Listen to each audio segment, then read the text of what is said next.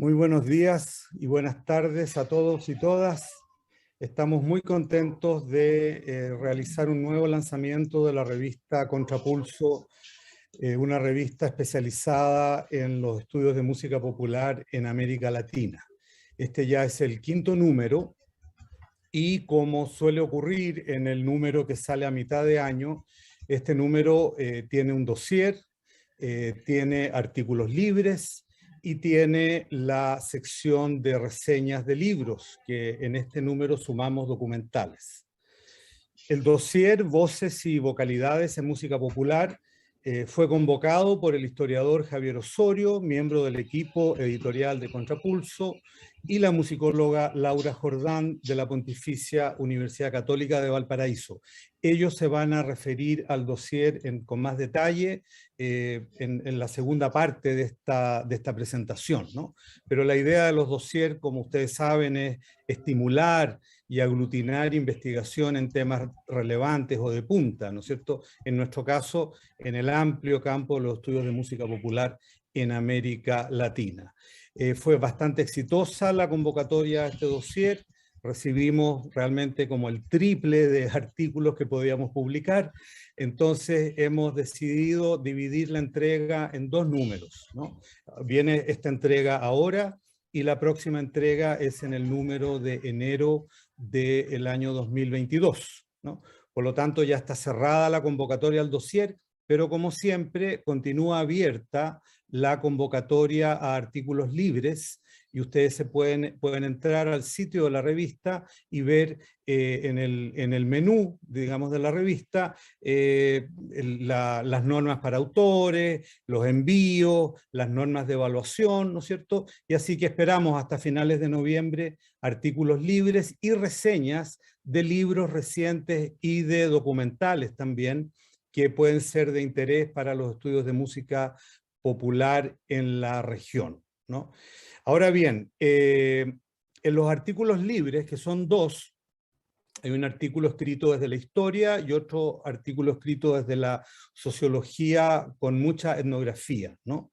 El primero, el de la historia, es de Liliana Toledo y se refiere a las canciones prostibularias en el cine mexicano de la primera mitad del siglo XX, ¿no? Cuando la capital de México se transformaba en el gigante que es hoy día, empezaban a aparecer las preocupaciones morales, ¿no?, respecto a las transformaciones del espacio urbano y el surgimiento de la mujer moderna. Ese estado de cosas, ¿no es cierto?, contribuye al aumento de la prostitución, que empieza a aparecer como tema del cine de cabaret, ¿no? Y se vincula a géneros como el bolero, el danzón y el foxtrot, ¿no? Pero siempre desde la mirada del hombre, no desde la prostituta, ¿no? Al mismo tiempo, el cine enviaba mensajes moralizantes que reforzaban la noción de familia patriarcal y la preservación de la virginidad femenina. El cine y la música de temática prostibularia dejó escaso espacio para abordar otros temas, ¿no?, distintos al del amor romántico, expresado habitualmente por protagonistas masculinos enamorados de prostitutas, quienes terminaban siendo los verdaderos protagonistas de estas historias, de estas canciones, de estas películas, ¿no es cierto?, con canciones y boleros como Santa, del año 31, con música de Agustín Lara, que está bastante central en este artículo. El segundo texto, llamado Alegría a Contracorriente, los muchos carnavales de Santiago como espacios de reconstrucción comunitaria, de Lorena Ardito y César Puentes, dialoga con la temática convocada en el dossier anterior, que era música, sonido y movimientos sociales, el contrapulso de agosto del 2020, que convocaba artículos que abordaran las formas en que la música popular ha acompañado históricamente estos procesos en la región. Alegría Contracorriente reflexiona sobre el devenir histórico de las problemáticas que ha generado las expresiones carnavalescas en el espacio público chileno. Sus autores proponen un recorrido de un proceso que se ha nutrido de múltiples expresiones de baile carnavalesco de distinta procedencia, que a su vez mezcla, ¿no?, operando como un espacio de reconstrucción social, política y cultural de lazos comunitarios, ¿no? Las expresiones carnavalescas o carnavaleras, como le llaman, se articulan con movimientos sociales contemporáneos, ¿no? Que son además reconstruidos desde adentro, ¿no? Por Ardito y Puentes, como etnográficamente desde adentro, con su propia experiencia en estos fenómenos recientes. Como les señalaba, el quinto número termina con la sección de reseñas, donde por primera vez incluimos una reseña de un documental. Se trata de la reseña escrita por Marisol García, del documental de Piki Talarico Rompan Todo, la historia del rock en América Latina, del 2020. Es una historia contada desde los propios protagonistas. Además tenemos una reseña de un libro que dialoga muy bien con el dossier, una reseña escrita por el colega argentino Ricardo Saltón sobre el libro de Cecilia Arellano y Mario Martínez, La voz popular, Caminos posibles del canto. Libro muy interesante del 2018, que es el segundo y el último es una reseña de Nelson Rodríguez sobre el libro de Gastón Gavarró, Un hijo de la Rosa de los Vientos, que es un libro que narra muy bien el hip hop en Chile en la década del 90, enfocado en el grupo Maquisa con Anita Tijoux. Esa es una presentación, digamos, somera de este número, antes de darle paso a Laura y a Javier, que van a profundizar más en el dossier y culminar, digamos, con el plato de fondo. Todas estas son las entradas y las ensaladas de acompañamiento en el plato de fondo, que ya lo voy a anunciar a su debido momento. Sin embargo, tenemos una sorpresa en este preciso instante, que es unas palabras que nos quiere dar la directora del Instituto de Música de la Universidad Alberto Hurtado, la doctora Daniela Fuglia. Muchas gracias, Juan Pablo. No sé si me aporte, amerite tratarlo de sorpresa, pero agradezco mucho haberme brindado este breve espacio para saludar y felicitar a todo el equipo de Contrapulso por este quinto número, por supuesto partiendo por Juan Pablo, su director, pero también al comité editorial. Y también agradecer muy especialmente a Laura y a Javier por su trabajo editando este dossier, que como vemos superó con creces las expectativas y se amplió a un dossier doble. Es muy lindo ver cómo esta revista, en el tiempo de vida que lleva, ya también logra establecer estas colaboraciones con colegas que están activos en otras instituciones del país. En el caso de Laura, además, yo veo como algo a valorar que ella esté en una universidad que no está en Santiago, sino que está en regiones, y es de esperar que podamos seguir ampliando de esta manera nuestras colaboraciones. Para el Instituto de Música es una alegría contar con esta revista, por supuesto, que ya recibió su primera indexación y que seguro seguirá en ese camino. Contar con el interés de colegas de toda la región que nos están enviando, o sea, que le están enviando a la revista sus trabajos. Y también tenemos que agradecer, como siempre, a la Facultad de Filosofía y Humanidades por su apoyo constante a este proyecto. Que podamos Juan Pablo, parece que el micrófono se nos está acoplando una gotita. Bueno, sí, agradecer a la Facultad de Filosofía y Humanidades por su apoyo constante y su motivación también en seguir apoyando el devenir de Contrapulso, que esperamos que esté empezando recién una larga vida, porque hay tanto que relevar, ¿verdad?, además, en relación a los estudios de música popular. También saludo a los colegas internacionales que nos acompañan, pero que no voy a decir sus nombres porque eso no me corresponde a mí, no quiero quitarle las palabras a Juan Pablo, pero es una gran alegría tenerlos con nosotros virtualmente, a la espera de los reencuentros presenciales. Ojalá no pasen mucho más allá del otro año. Así que dicho eso, mucho éxito, muchas felicitaciones. Yo misma migraré al YouTube para seguir mirando este lanzamiento a través de UHTV. Así que felicitaciones y que sea un muy interesante diálogo también con todos los aquí presentes. Muchas gracias Daniela. No sé si estoy...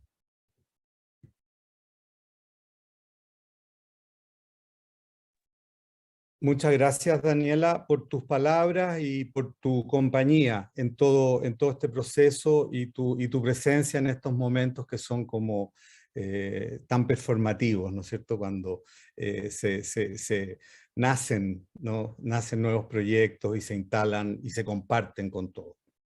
Sin más, quiero dejar entonces con ustedes a Laura Jordán de la Católica de Valparaíso y a Javier Osorio, miembro del equipo editorial de la revista, para la presentación que ellos van a hacer del dossier Música, Voces y Vocalidades en la Música Popular Latinoamericana. Hola, sí, me parece que estoy acá. Saludar, muchas gracias Juan Pablo, Daniela y a la revista. Y muy brevemente me gustaría hacer unos comentarios iniciales, ¿no es cierto?, respecto de este dossier. Inicialmente, dos elementos, dos palabras cortitas que me gustaría decir de agradecimiento a los autores fundamentalmente, y algunas cosas que me llaman la atención del trabajo que en general, ¿no es cierto?, compartieron con nosotros. Una de las cosas interesantes, creo, ¿no es cierto?, es que la mayoría de los textos que componen el dossier están formados por equipos de investigación, equipos de 3, 4 o 5 personas o 2 personas, ¿no es cierto?, que han trabajado en equipo, lo cual me parece que es una de las cosas valiosas que es importante destacar, ¿no es cierto?, respecto del trabajo, ¿no?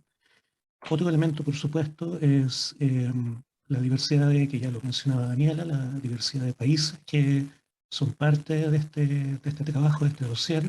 Tenemos colaboraciones de Ecuador, Colombia, Venezuela, Argentina, Chile, etcétera, ¿no es cierto? Lo cual también habla de un contexto latinoamericano amplio al cual apuntamos, por supuesto, con la revista, pero también especialmente con una preocupación por los temas del dossier, ¿no? Otro elemento interesante que a destacar, creo, ¿no es cierto?, es la pluralidad de perspectivas disciplinarias y profesionales, ¿no?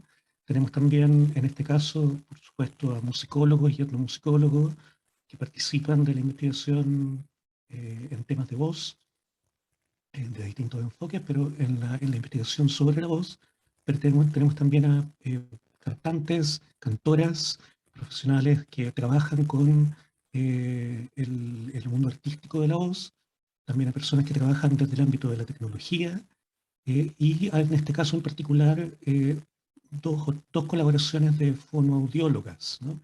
Lo cual también nos habla de una apertura disciplinaria, interdisciplinaria, que es algo que desde mi perspectiva es significativamente relevante, ¿no es cierto?, en la investigación, no solo en voz, sino en música popular en general, ¿no?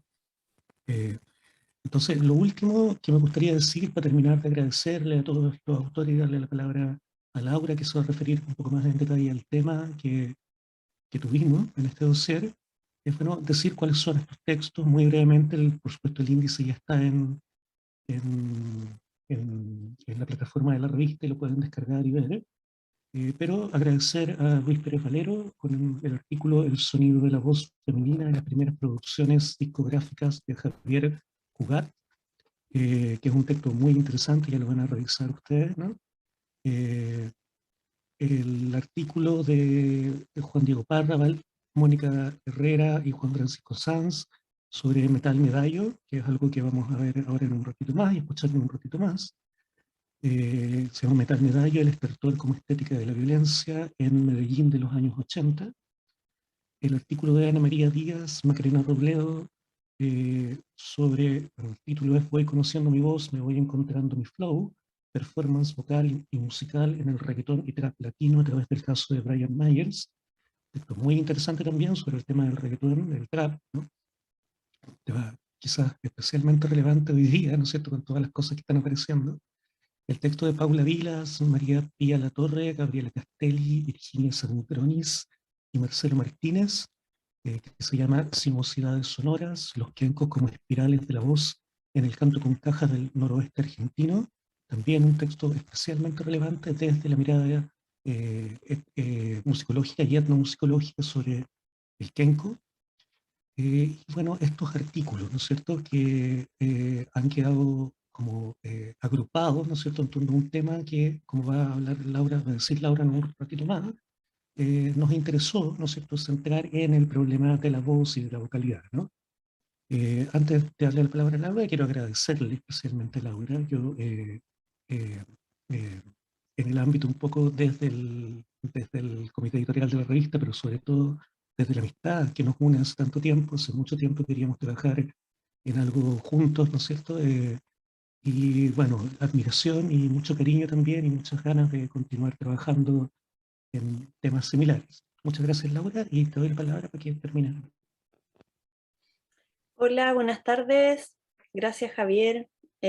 Admiración mutua, y a muchos de los presentes también admiración, cariño y felicidad por estar lanzando esta primera parte del dossier. Les quería contar un poco una mirada general de lo que estamos entregando hoy. La convocatoria a este dossier surgió, como comentaba Javier, de un interés que tenemos hace varios años, de conversaciones junto a Javier, y además de un tema que estoy trabajando actualmente en mi Fondesit Más que gritos y susurros, voces de la música popular en Chile, y que en esta ocasión permitió extender estas conversaciones en torno a la voz al encuentro con otros y otras personas que se han ocupado de las vocalidades, ¿cierto? Con una atención a los sonidos de la voz, no solamente a lo que los cantos dicen, sino que también a los afectos que suscitan las voces, ¿cierto? Sin duda que una referencia fundamental para la producción de este dossier ha sido la publicación del libro Orality por Ana María Ochoa en 2014, y que ha animado un debate internacional sobre las relaciones entre voz y escucha, con un especial énfasis en las realidades latinoamericanas, con su historia colonial y sus prácticas interculturales. En este dossier identificamos también la importancia de la popular musicology, por ejemplo, con el concepto de persona musical de Philip Tagg, o la aproximación a las personas performativas según Simon Fried y Philip Auslander también, para estudiar la relación entre identidades y la voz, no solamente de quien vocaliza, sino que también de quienes escuchan. Estos artículos en este dossier que estamos presentando hoy muestran cómo las voces cantadas articulan relaciones entre individuos y comunidades, encarnando debates culturales de sus tiempos y lugares. Notamos en los 4 textos del dossier que Javier acaba de nombrar la vigencia del género musical como eje articulador del discurso y de una lógica según la cual la voz se entextualiza como canto. Se incluyen casos latinoamericanos de distintas zonas del continente, examinando, por ejemplo, distintas épocas de las músicas latinas internacionales, primero tropicales y hoy bajo el paraguas de la música urbana, con sus particulares modos de hacer sonar las identidades de género. Los autores y las autoras interrogan el sonido, el timbre, el ruido, buscan estrategias para expandir las herramientas limitadas de la teoría occidental y ensayan modos de comprender la participación de la tecnología en la producción de voces, el micrófono, el estudio, perdón, tengo mi gata acá, perdón, el estudio de grabación, los softwares. En definitiva, se consideran no solamente los cuerpos humanos, sino que también las máquinas y sus técnicas asociadas para la creación y el estudio de estas voces con sus significados situados. Queremos nombrar la diversidad de los géneros musicales abordados: el canto con caja, que incluye baguala, vidala y tonada, la música tropical, el trap, el reggaetón y el metal, en el noroeste argentino, en el Caribe y en Medellín, ¿cierto? Confiamos en que esta entrega constituye un corpus de referencia para sondear las estéticas vocales latinoamericanas, así como también el estado de las discusiones teóricas en torno a la voz. Esperamos que lo lean, lo escuchen, lo disfruten y lo discutan. Muchas gracias.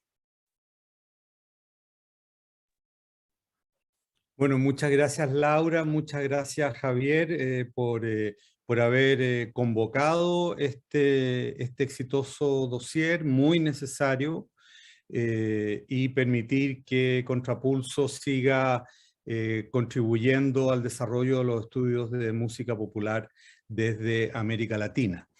Como no podemos presentar todos los artículos, y para eso está la revista, para que la lean y para que la escuchen, ¿no? Le hemos pedido a un equipo, como decía Javier, a uno de los equipos que presentó artículos, que es el equipo que tiene que ver con el artículo del metal en la ciudad de Medellín, Metal Medallo, el estertor como estética de la violencia en Medellín de los años 80. Son dos profesores del Instituto Tecnológico Metropolitano de Medellín, ¿no es cierto? En realidad son tres los profesores, pero uno de ellos en este momento está acompañando a un tesista que está defendiendo su tesis, entonces se excusa de no poder estar. La idea era que estuvieran los tres, digamos, pero van a estar dos y va a estar muy bien representado, ¿no? Mandamos nuestros saludos a Juan Diego Parra, que no nos va a poder acompañar en esta ocasión, y le damos la palabra a Mónica Herrera y a Juan Francisco Sanz. Muchas gracias, Juan Pablo. Y bueno, un saludo a todos, felicitaciones, nos congratulamos por este lanzamiento de Contrapulso, muy contentos de estar aquí, muy agradecidos y con gran honor pues de que nos hayan invitado a hablar de eso. Como ya dijiste, Juan Diego está traicionándonos en una tesis sobre punk, Medallo, entonces no podemos hacer más nada. Lamentamos mucho que no esté aquí porque realmente él es uno de los expertos tanto en el punk como en el metal Medallo. Pero bueno, haremos tanto Mónica como yo lo mejor que podamos, ¿no? Vamos a hacer un brevísimo resumen de lo que hablamos en el texto, ¿no? Y justamente uno de los problemas pues, que abordamos allí es esta vinculación que existe entre las estructuras sonoras de una época y el correlato social, económico y cultural de esa época en particular. Yo creo que es uno de los grandes retos de toda investigación. Uno siempre quiere vincular una cosa con la otra, ¿no? Claro, esa correlación se hace muy obvia en épocas de crisis, como el caso que estábamos nosotros estudiando, con la eclosión del metal Medallo, se llama así Metal Medallo, metal de Medellín, y la guerra entre el narcotráfico y el Estado colombiano en esa ciudad en la década de los años 80, es una relación directa, ¿no? Y precisamente el reto consiste en no hacer un vínculo causal entre una cosa y la otra, que es como muy obvio, sino tratar de comprender cómo ocurre en esta circunstancia privilegiada un vínculo de esa naturaleza y cómo pudiera eso funcionar en otros casos que no son tan obvios, ¿no? Y para ello recurrimos a la tesis de la llamada estética funcional, que es de un antropólogo, Leroy Gourhan, un antropólogo francés, que habla precisamente sobre este tema, ¿no? La estética funcional responde según Leroy Gourhan, y es lo que nosotros intentamos ver, a un determinismo mecánico, más a leyes de la materia que a las leyes de lo viviente.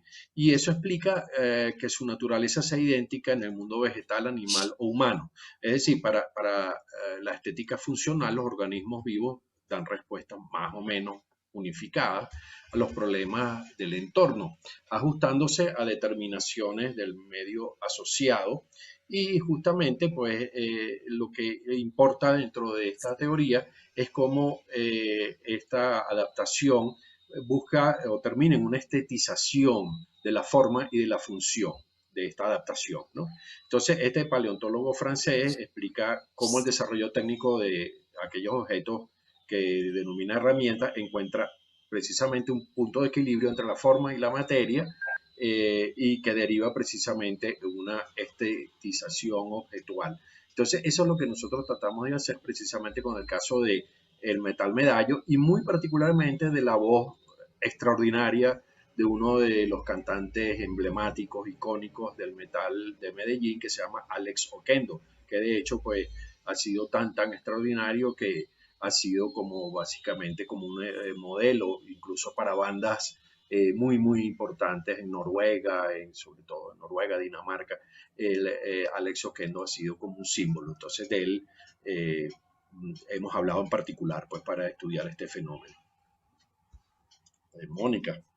Hola, claro que sí, maestro. Pues siguiendo como el contexto de lo que viene hablando Juan Francisco, podemos empezar a comprender el surgimiento de Alex Oquendo, que es la figura icónica del death metal en Medellín y que al día de hoy continúa siendo como un referente bastante importante del canto gutural o de la técnica vocal llamada growl. A pesar de esa evidente relación entre esa agresividad de la voz y la violencia extrema desatada en el país desde esa década hasta ahora, no se había hecho ningún tipo de publicación o ningún tipo de estudio sobre este cantante en particular, que es tan icónico. Entonces, a partir de esas ideas tan claras como la vocalidad, el embodiment, vamos a tratar de explicar cómo y por qué esta escena del metal medallo no es solo efecto, sino premonición de esa violencia desatada en esa época.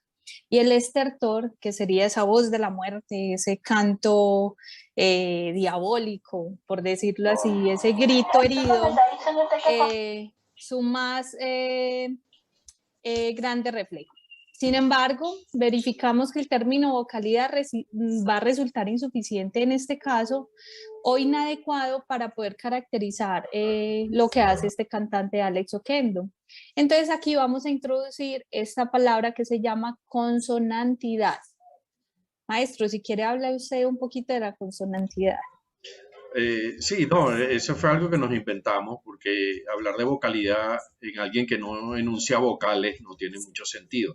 Claro, el término vocalidad puede tener que ver con otras cosas, pero nos parece muy importante sobre todo por la forma de emitir la voz de Alex Oquendo y de todos estos cantantes que hacen canto gutural, que no son las vocales, son las consonantes lo que funcionan, y de hecho pues hay algunos aspectos técnicos que específicamente Mónica estudió, que son el problema de las falsas cuerdas vocales que se llaman y de cómo se producen esas consonantes. El problema de eso es que las consonantes producen muy poca proyección de la voz. Entonces aquí es que entra lo que comentaba Laura.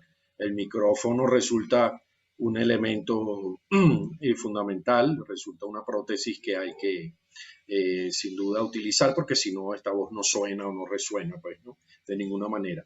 Entonces, bueno, antes de seguir hablando, sí queríamos mostrar algunas cositas para que no hacer esto demasiado hablado, y es justamente algo que hacemos en el artículo, una comparación entre dos cantantes icónicos también del metal, uno de ellos es Elkin Ramírez y otro es el Alex Oquendo. La ventaja es que esto fue un concierto de un grupo que se llama Kraken, que es un grupo muy importante del metal, y donde ambos cantan además la misma canción, que se llama Todo hombre es una historia. Y entonces es muy interesante, vamos a escuchar solamente dos pedacitos, esperemos que YouTube no nos tranque la transmisión por eso. Son dos pedacitos, pero después vamos a ver qué otra cosa, son unos segundos, ¿no?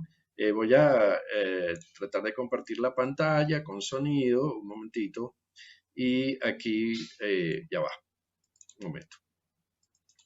Comenzamos con Elkin Ramírez. De hecho, la canción la hizo muy popular Elkin Ramírez y luego esa canción, pues, de alguna forma, pues, la hizo como en honor de él este señor Alex Oquendo. Aquí está Alex Oquendo. Aquí está Elkin Ramírez. No me voy a poner la pantalla completa porque es muy poquito tiempo. Dijeron que volvería, tan pronto se irían las ganas de volar. Pero chingo de mi barrio, que me llaman de ordinario, a no ser como los demás. Y con superlogros se le escapó un día toda esta opresión.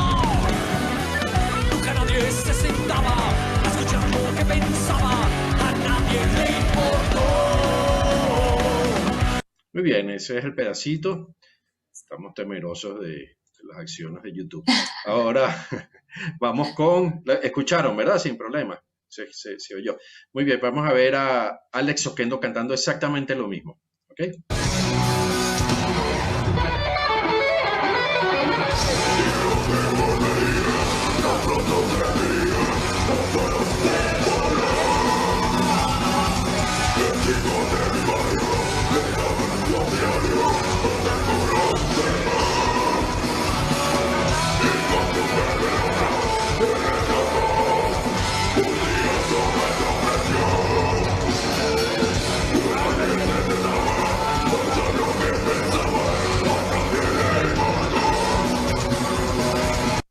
Bien, sí, los acompañantes, los músicos, intentan a duras penas hacer el coro con Alex Oquendo. Aquí hicimos una cosa con un software muy chévere. Mónica, tú puedes hablar del software. Sí, claro. Bueno, el software que utilizamos para poder aislar solamente las voces directamente de Alex Oquendo y de Elkin Ramírez fue el Demix. Con este software intentamos aislarla lo más legible posible o lo más audible posible para poder realizar cierto tipo de caracterización o de comparación en ambas voces para poder hacer las disimilitudes que hay entre las dos técnicas vocales.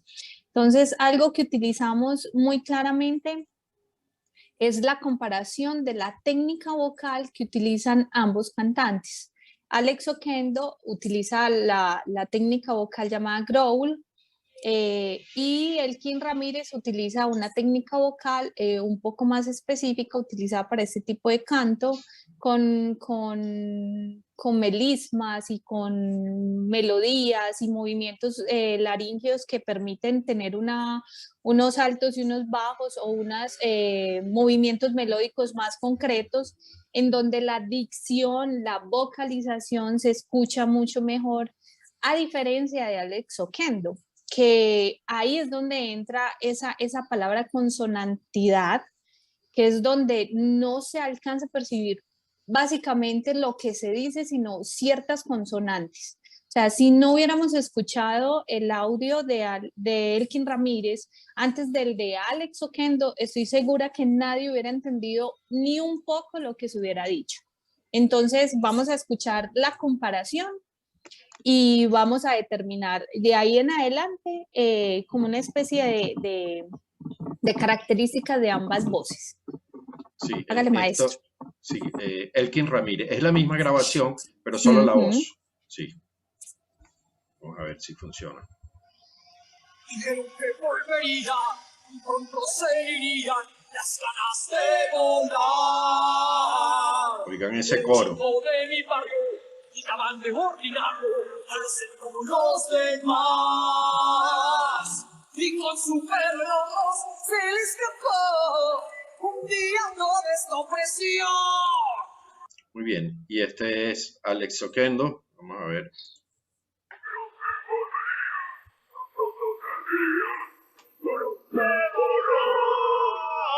Fíjense el trabajo que pasa el coro.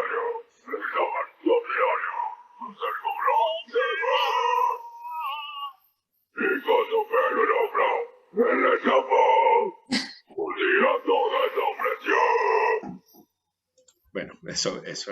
Son dos pedacitos, pero muy elocuentes de lo que sucede ahí. Bueno, con base en eso, nuestra experta en canto, Mónica, hizo un cuadro comparativo del cual habló y en el cual creo que destaca particularmente la postura, ¿sí? del cantante.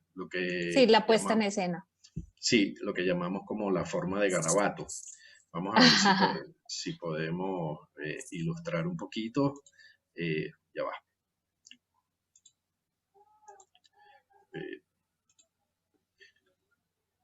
Bueno, mientras el maestro va mostrando como las diferentes fotografías de Alex Oquendo, yo puedo ir hablando de cómo esas diferencias y qué parámetros se tuvieron en cuenta para hacer estas caracterizaciones de estas voces. Entonces, por ejemplo, Sí, sí, ok, sí, que siga ella, es que tengo aquí dificultades. ok. Ya voy.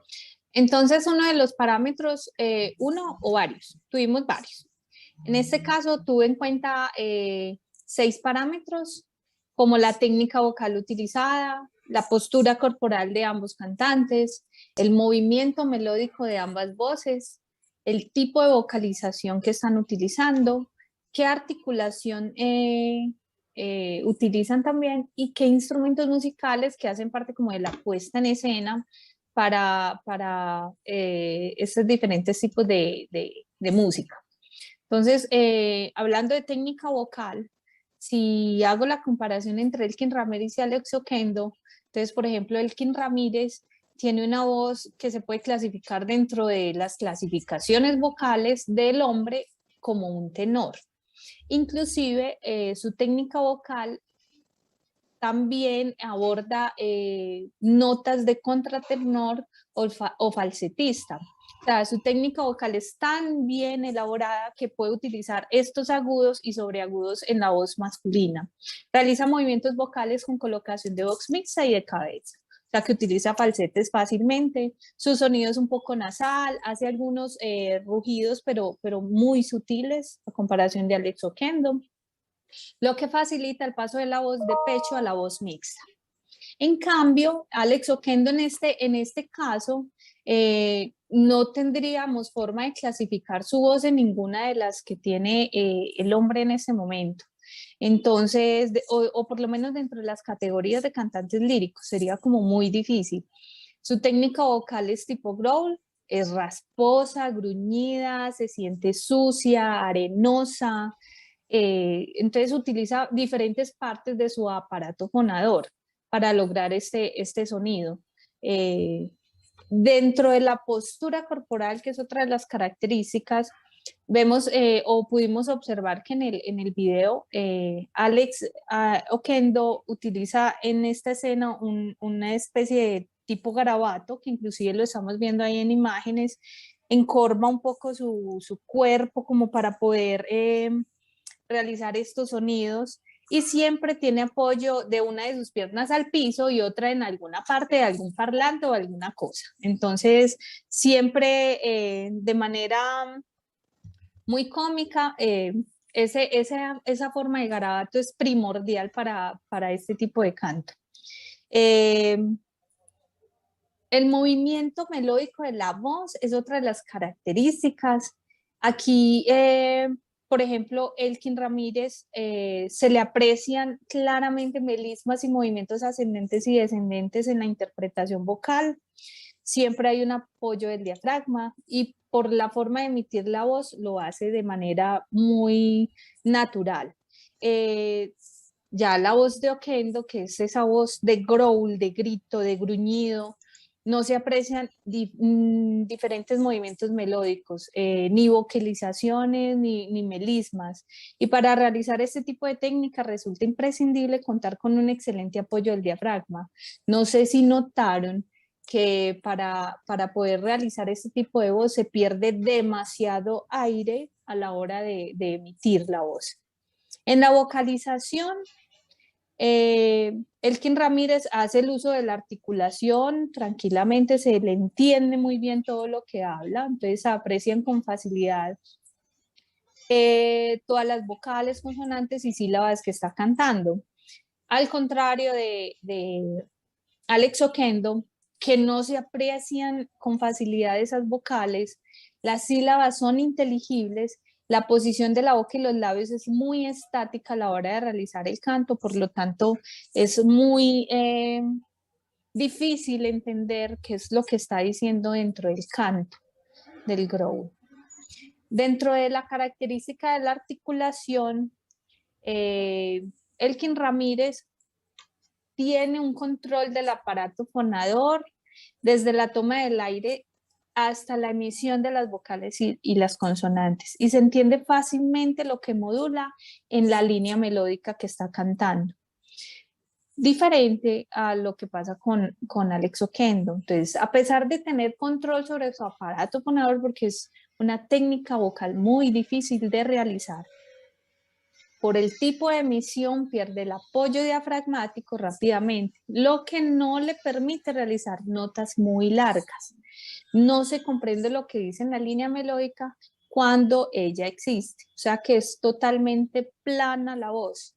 En este caso no hay movimientos ni ascendentes ni descendentes. Y la puesta en escena con los instrumentos musicales son muy similares. El rock que hace Elkin Ramírez con el death metal que hace Alex Oquendo son muy similares, pero tiene diferencias pequeñas. Por ejemplo, la puesta en escena, los instrumentos musicales que utiliza la agrupación de Elkin Ramírez son guitarra eléctrica, bajo eléctrico, teclados, batería y voz. Y aparte, cada uno de sus integrantes también realizan coros. En los instrumentos musicales de Alex Oquendo vamos a encontrar 2 guitarras eléctricas, bajo eléctrico, batería y solo 2 voces. Y las 2 voces siempre van a estar con esa técnica vocal growl. Entonces los invitamos para que busquen música de Alex Oquendo y puedan entender un poco lo de la puesta en escena con estos instrumentos musicales y a qué se refiere toda esta postura del garabato. Maestro. Muy bien, bueno, yo creo que ya terminamos. Básicamente, una de las categorías importantes del artículo es el término estertor, Sí. que es el sonido de la muerte, y que justamente es lo que hacen los moribundos, que está vinculado de alguna manera con lo que es la estética funcional. Y también, pues, la técnica contado por el propio Alex Oquendo es una técnica muy, muy riesgosa para el cuerpo, y de hecho él tuvo muchos problemas hasta que logró encontrar la forma de hacerlo, en el sentido que incluso se le sangraba la garganta, y pues, sin embargo ahorita él puede cantar y no vocaliza, porque es que él no vocaliza, es decir, él llega directo a escena y empieza a cantar. Él no realiza ejercicios de vocalización como los cantantes, digamos así. De calentamiento. Sí, de calentamiento.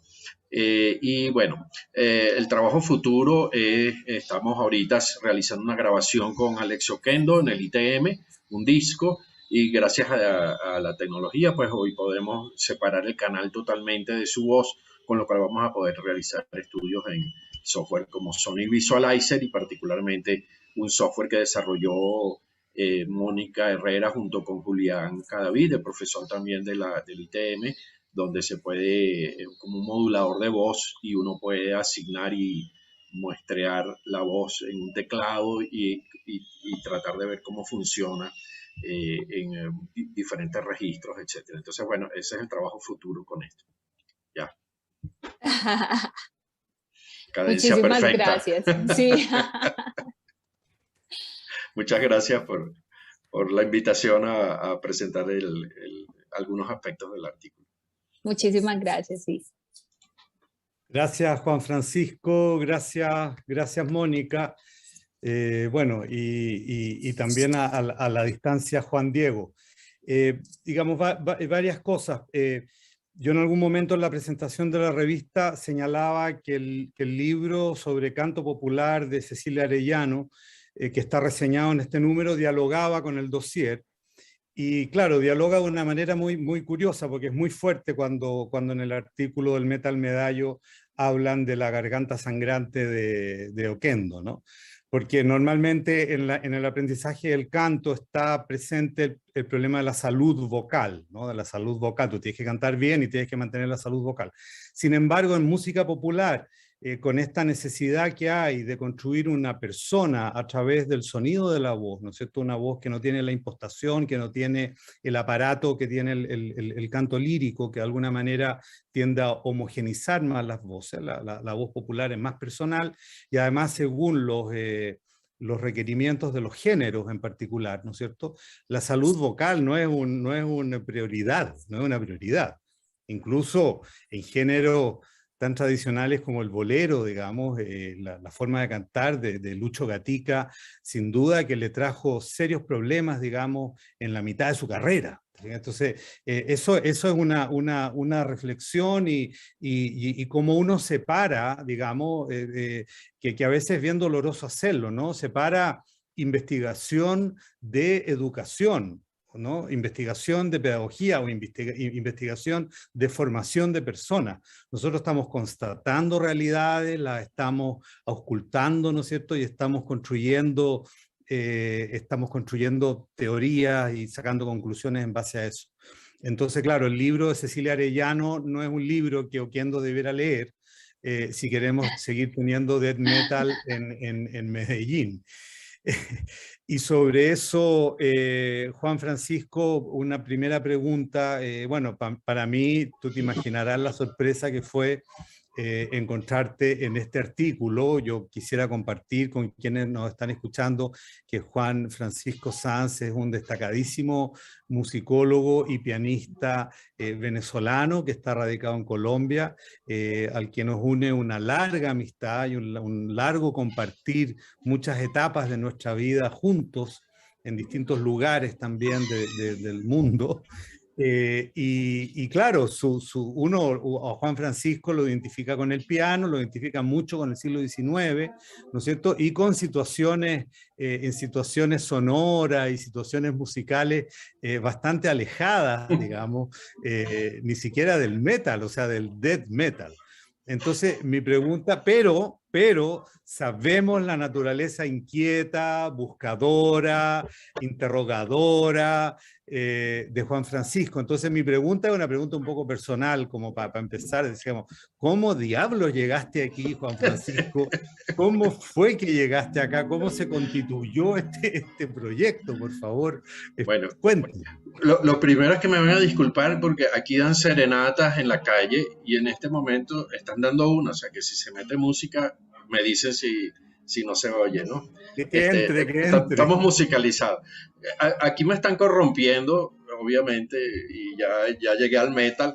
No, pero debo decir que yo de joven fui rockero, entonces tampoco es que es algo alejado de lo que hago, simplemente pues escogí un camino que fue el de la música clásica, vamos por decirlo de algún modo.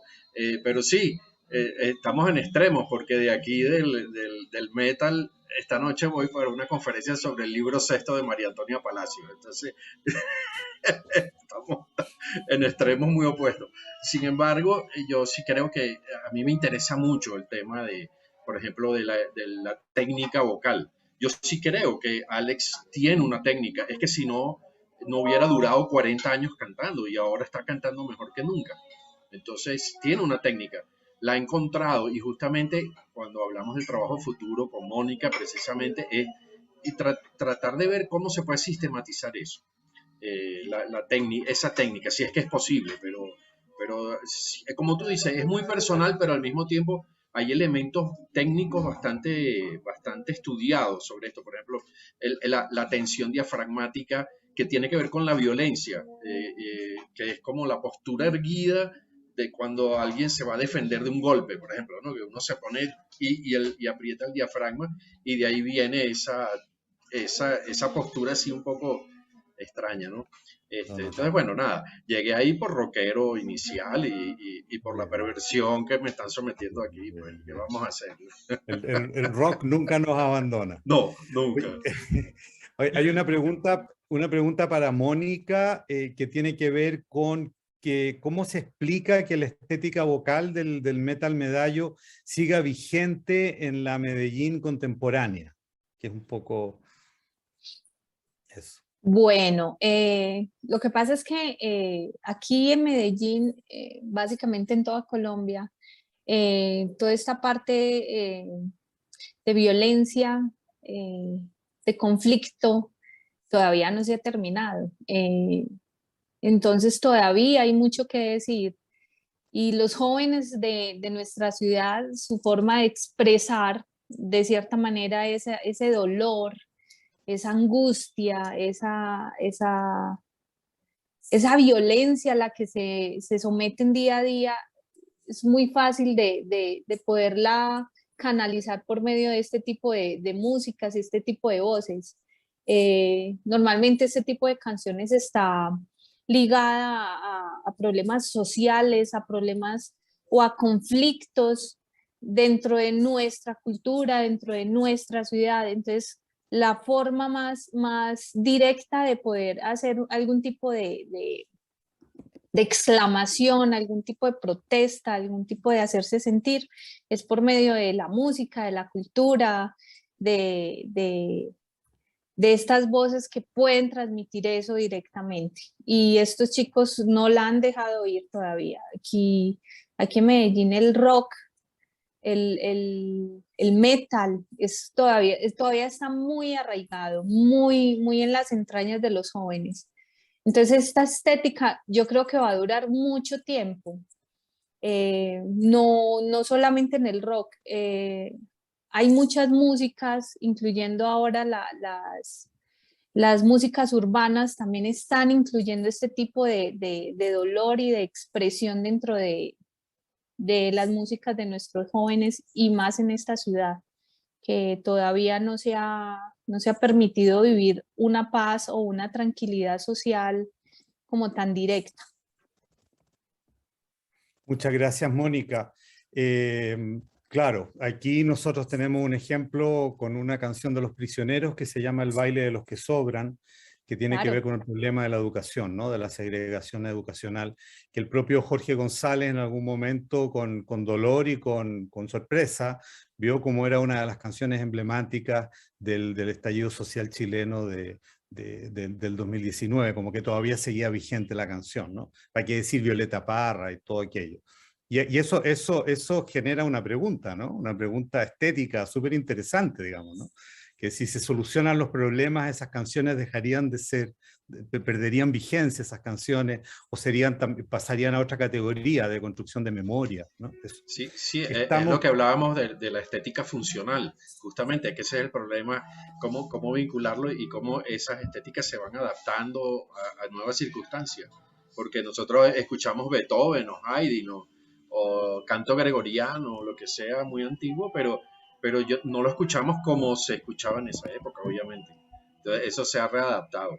Y sería lo mismo. Muy interesante la pregunta, y creo que es lo que un poco nosotros tratamos de explicar, por lo menos de meternos, comenzar a trabajar en eso, ¿no?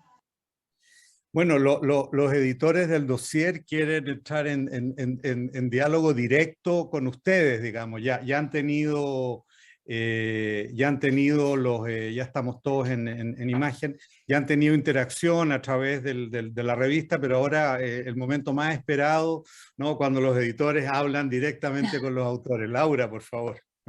Sí, bueno, este artículo es, para quienes estén escuchando, es realmente fascinante cómo logra articular estas preocupaciones por el sonido, la estética, la performance y lo social, ¿cierto? Como decía Juan Francisco, algo que muchas veces queremos hacer y los investigadores y las investigadoras nos cuesta un poco.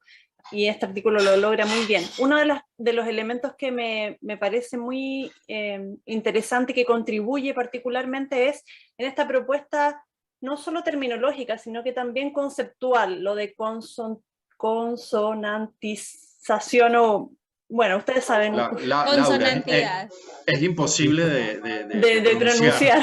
Justamente porque no tiene... Está muy bueno, ese concepto es buenísimo. No, inclusive tuvimos debates si la dejábamos consonantidad o consonantización, porque todavía está ahí como bregándose a articular. Está emergiendo. Bien.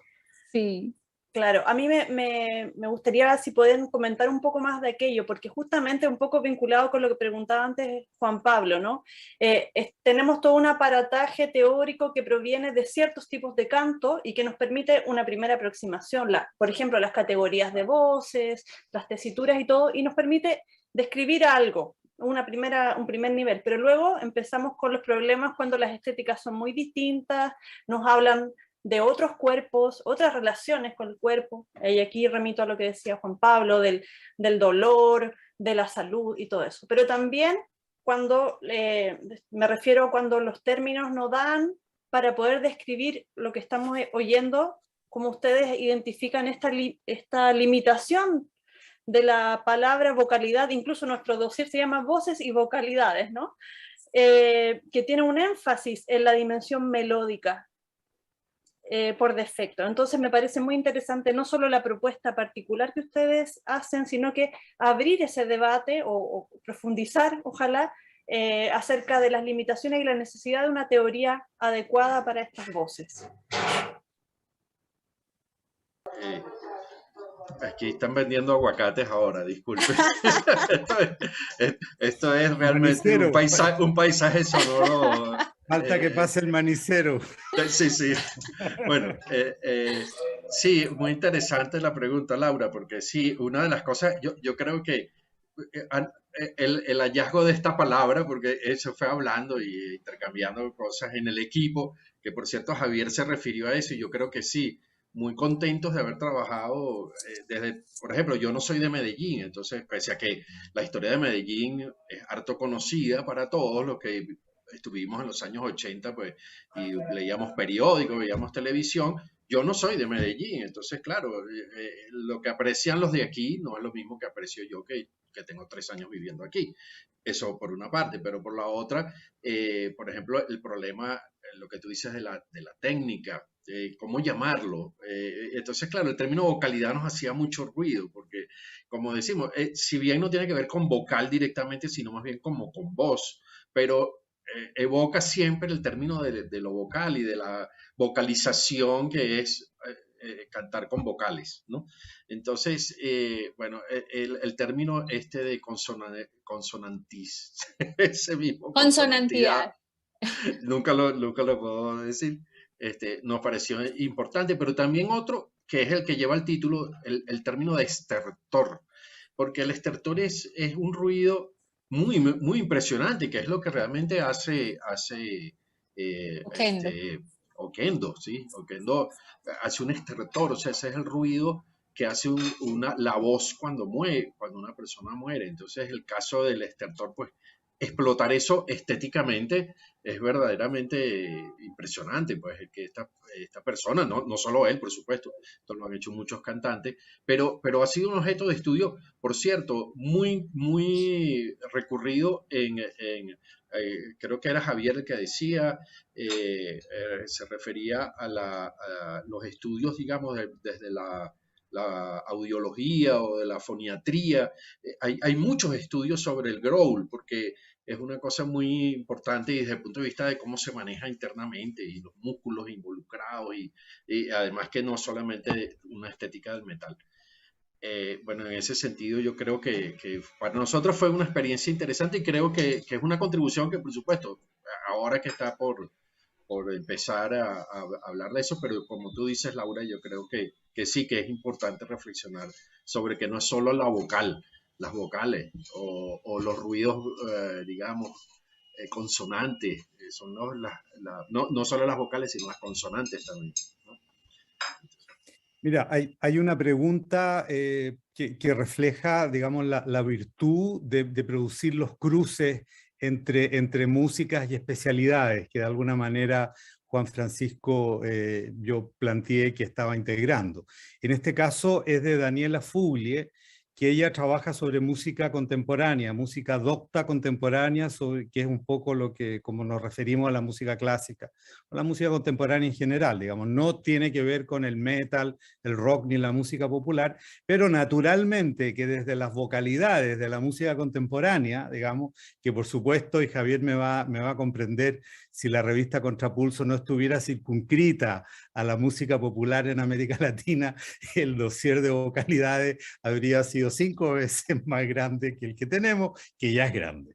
Entonces Daniela pregunta y dice lo siguiente, dice que en la música contemporánea obviamente existen técnicas que permiten hacer cosas bastante inusuales con la voz, ¿no es cierto? Es cosa de escuchar ese tipo de obra, pero sin dañarla. Entonces, ¿habrá también aquí un aprendizaje implícito que de alguna manera, yo no sé si ya lo había respondido Juan Francisco, un aprendizaje implícito de emitir sonidos de forma saludable? Esa es como Esa es como la pregunta, ¿no? Yo creo que Juan Francisco, tú algo habías apuntado en esa línea. Sí, sí, porque el problema está en que, claro, cuando decimos, tú enfatizaste en eso, de que el canto popular es como más personal, la técnica, ¿no? Sin embargo, uno no puede decir que no hay técnica. De hecho, Mónica hizo un trabajo sobre una comparación entre las diferentes técnicas vocales de la música tradicional colombiana, la música popular colombiana, digamos, ya más dentro del ámbito comercial y del canto lírico. Cuando tú no puedes decir que no hay técnica en las tres, las técnicas son tan presentes. Entonces tampoco nosotros podemos decir que aquí no hay técnica. De hecho, él la desarrolló, ya a él no le sangra la garganta. Entonces, ¿qué pasa ahí? Necesitamos, como tú mismo decías, el problema de la educación, desarrollar, digamos, técnicas de estudio de eso. Y vamos a empezar por Sonic Visualizer, pero también por preguntarle a él por dónde empuja, qué tensa, cómo funciona la garganta, todas esas cosas son muy importantes. Entonces tendremos que escribir con él un tratado de canto. Claro, tratar de caracterizar esa voz bien, bien con él. Tratar Hasta de descifrar en las palabras de lo que él diga, lo que él nos comente y tratar de descifrarlas, tratar de hacer como una especie de método. Así es, en lo posible. Bueno, la buena noticia para ustedes y para Oquendo, que algunos programadores chilenos de radio ya están pidiendo material para ser transmitido en Chile. Entonces están preguntando si es posible obtener algún material. Quizás yo les podría darle con Juan Diego. Juan Diego es el loquendista aquí empedernido. Juan Diego Parra. Con Juan Diego. Entonces sí, pero entonces, que se pueden comunicar conmigo, yo los remito con Mónica. Bueno, solo hay que entrar a Contrapulso, bajar el artículo de Metal Medallo y van a tener los correos electrónicos, digamos, para cliquear de los tres autores y se van a comunicar en forma automática con ellos. Pero muy buena. Sí, directamente con Juan Diego es lo mejor porque él es el que está además en contacto personal con Alex Oquendo. Y como digo, están grabando ahora un video y un disco en este momento. O sea, excelente. Es el mejor momento para contactarse con él. La escena metalera chilena es importante, hay una afinidad con el metal acá importante y hay una historia también de este país en relación al metal. Sobre eso yo les quería preguntar, me parece que Mónica hizo una referencia a de qué manera Oquendo influyó como en el mainstream del metal, del thrash metal, con su forma de cantar. Porque siempre estamos acostumbrados a que nos influyan a nosotros no influimos a nadie, pero aquí hay una situación inversa que me parece que hay que destacarla. Sí, él se convirtió en un ícono, pero bueno, no sé si Mónica tiene más información. Estas son las cosas que Juan Diego se sabe muy bien y yo no tanto. Sí. Pero hay una banda noruega que prácticamente dijo, bueno, mira, nosotros estamos haciendo lo que hace Alex Oquendo en Medellín. Y esto es una de las cosas, digamos, realmente, como tú dices, sorprendente, porque siempre lo vemos como al revés, ¿no? Estamos tan acostumbrados que cuando eso pasa de esta forma nos parece sorprendente, pero fue así. Y en los años 80, no ahora ya es otra cosa. Y ahora él es el referente. Ahora es el referente, perfecto. Sí. No, extraordinario. Javier Osorio tiene la palabra. Sí, gracias. Mayhem es la banda que tú decías. Un comentario pequeñito de este artículo, que algo que me llama harto la atención, me gusta que haya sido esta la presentación, que es el hecho de que agrupa dos aspectos que conversábamos con Laura, están en la mayoría de los textos de este dossier, ¿no? Que son los aspectos que tienen que ver con la corporalidad y la tecnología, ¿no?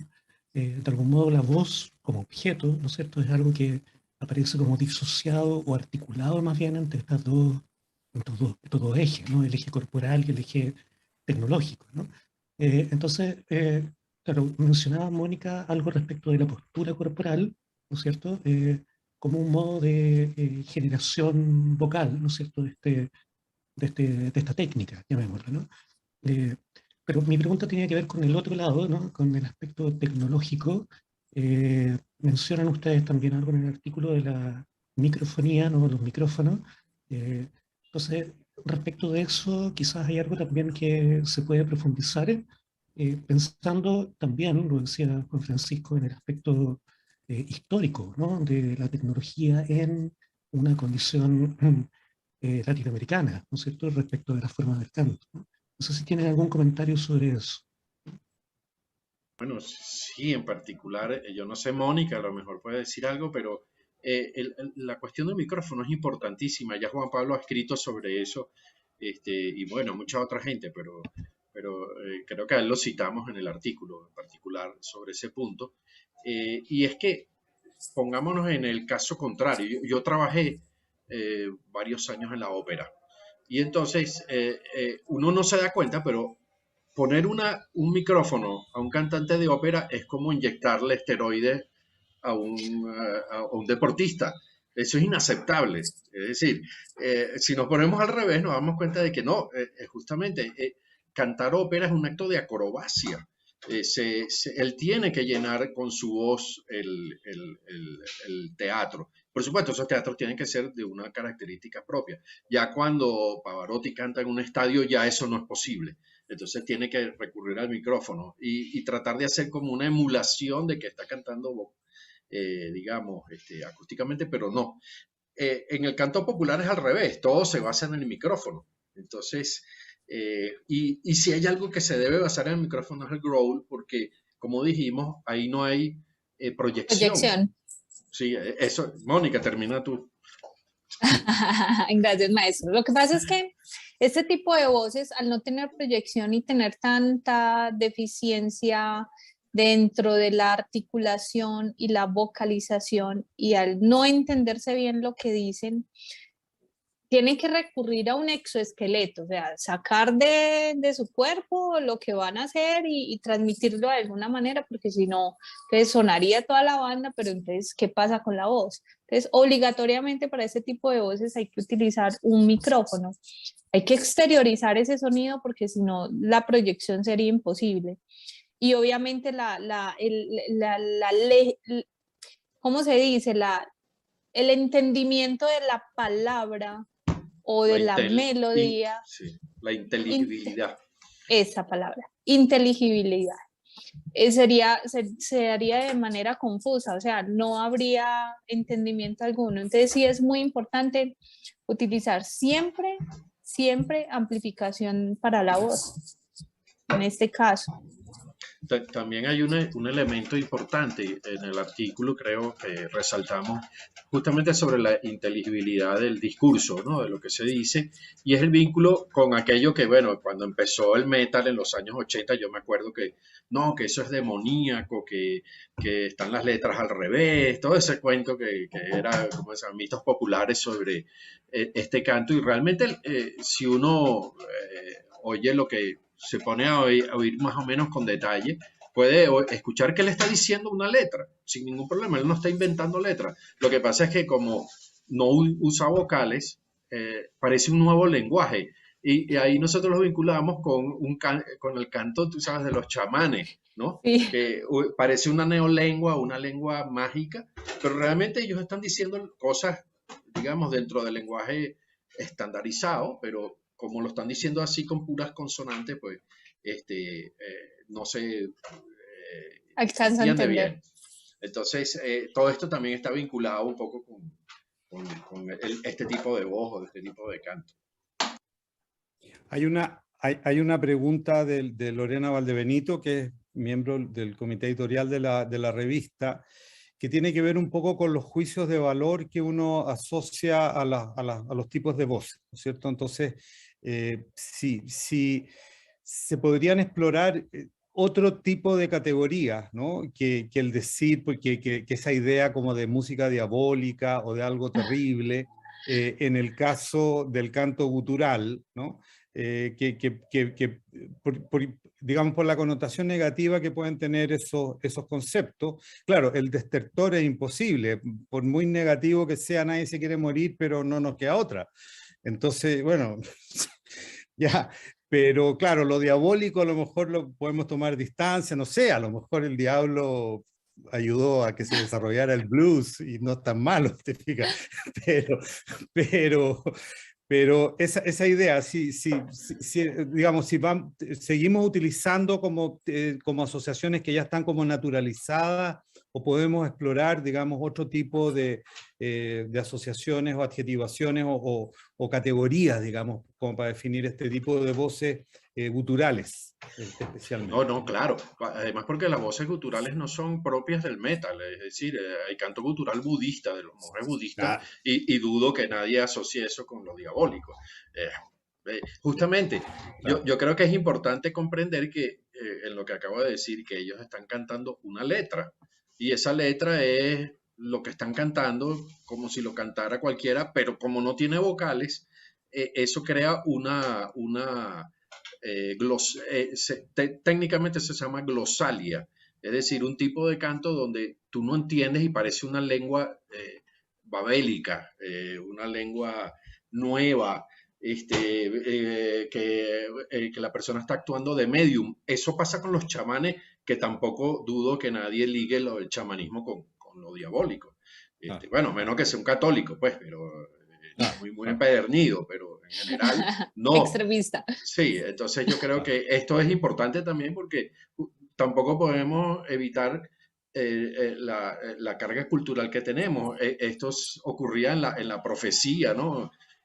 O en una de estas películas de terror muy común en los años 70, que aquella que daba vueltas a la cabeza y vomitaba cosas verdes. Y cantaba y hablaba en growl. Y justamente, muy probablemente esas asociaciones se hicieron en ese momento. Como los metaleros también quemaban en iglesias, bueno, pero tampoco las podemos evitar, eso es historia, la historia de la cultura. ¿Okay? Existe ahí ahora. Nosotros no estamos hablando sobre esto, estamos tratando de entender qué pasa ahí e incluso también entender esas asociaciones, que es importante, porque se hicieron en un momento dado y porque no se hicieron con otras cosas un poco diferentes, por ejemplo con esto, con canto budista, no se hicieron, ¿no? Era más fuerte De hecho, las cosas en otros sentidos. La primera visita de Iron Maiden a Chile el año 92 fue cancelada por acción de la iglesia chilena. O sea, la iglesia chilena logró censurar e impedir que Iron Maiden entrara el 92. Después pudo volver el 96, ahí ya parece que las cosas se había calmado un poco. Pero cuando intentó volver el 98, Pinochet estaba preso en Londres, en The Clinic. Entonces los sectores chilenos pinochetistas estaban un poco amenazantes contra todo lo que fuera británico. Y Tony Blair le recomendó a Iron Maiden que cancelara la visita a Chile, digamos. Ahora por otras razones, digamos. El diablo estaba preso, no porque ellos fueran el diablo. Así es la vida. Cambia en una década cambia todo. Claro. Estamos recibiendo, ya estamos al final, estamos recibiendo también saludos desde Brasil, de Marta Ulloa, saludos desde Buenos Aires, de Hernán Gabriel Vázquez, del Instituto de Musicología Carlos Vega, saludos de muchas personas que se han juntado, de Natalia Schnitt, creo que está en Alemania. En fin, ha sido una buena sesión, creo, una oportunidad de vernos con esta maravilla, claro, digamos, estas maravillas que ha producido la pandemia, porque esto lo podríamos haber hecho sin pandemia, pero no se nos ocurría. No. Sí, claro. La tecnología, claro. Claro, ahora se nos ocurre.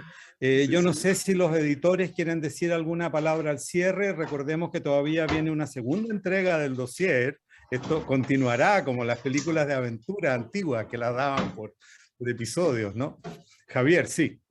Sí, no, agradecer nuevamente, ¿no? Agradecerle, por supuesto, a Francisco, a Mónica, a todos los autores del dossier, del número. Invitar nuevamente, ¿no es cierto?, a todas las personas que nos están viendo a leer, a escuchar también, como decía Laura, la revista. Esta es, esperamos nosotros con Laura ambos que sea uno de los primeros números que dinamicen, ¿no es cierto?, el campo de estudio de la música popular en el ámbito de la voz, ¿no? Una de las grandes esperanzas que tenemos, ¿no es cierto?, es continuar efectivamente instalando ciertos debates, ¿no? Entonces, solo por hacerlo yo, porque Laura, no sé si lo va a hacer, invitar también a que revisen el proyecto de Laura, más que Voces y Susurros, creo que es el nombre, que está en internet, y hay algunas actividades también prontas que seguimos y siguen, ¿no es cierto?, realizándose, ¿no? Entonces eso, agradecerles a todos, muchas gracias nuevamente y despedirme. Gracias. Sí, gracias a los editores del dossier, a los autores que están, a los que no están, a los que nos están viendo. Recuerden que son 4 artículos en esta primera entrega, y también dejar abierta la invitación para recibir artículos de temas libres para la edición de enero del 2022, cerramos a finales de noviembre, y también reseñas de libros y de documentales relevantes para los estudios de música popular en América Latina.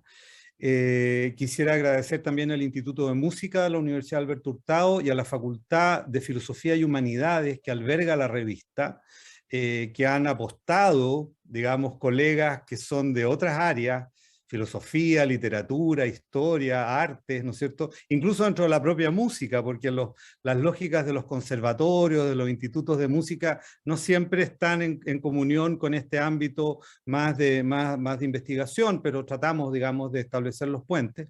Entonces, agradecer, digamos, a todo ese marco institucional que hace posible que exista esta revista, y ojalá que tengamos muchos años ya de vida. Ya estamos en Latin Index y vamos a hacer todo el esfuerzo para ir subiendo de indexación en los números que vienen. Así que gracias también a Luis y Andrea, que están en bambalinas, el personal que está apoyando esta transmisión, y ya nos despedimos. Vamos a almorzar los que podamos, por lo menos estamos en la casa. Esa es una de las ventajas de este asunto. Bueno, muchísimas gracias por la invitación. Sí, En una gracias. próxima oportunidad nos volveremos a ver si es posible. Gracias, Mónica. Gracias.